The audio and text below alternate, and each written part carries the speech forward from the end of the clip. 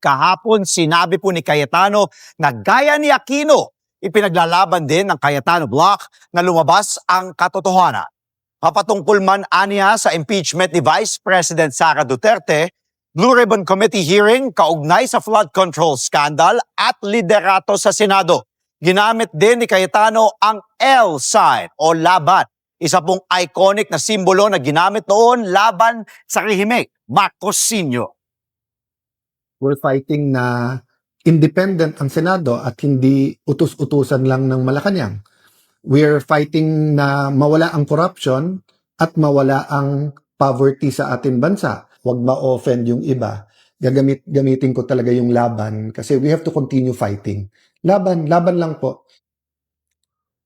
Mariin naman niyang kinundena ng grupong August 21 Movement o ATOM.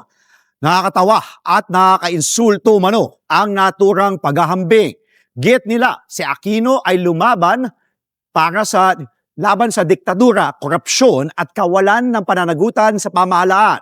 Mga bagay na anilay kabaliktaran na ipinapakita ng kampo ni Cayetano. Sa huli, ang L sign na bagay raw kay Cayetano ay lapastangan at hindi laban.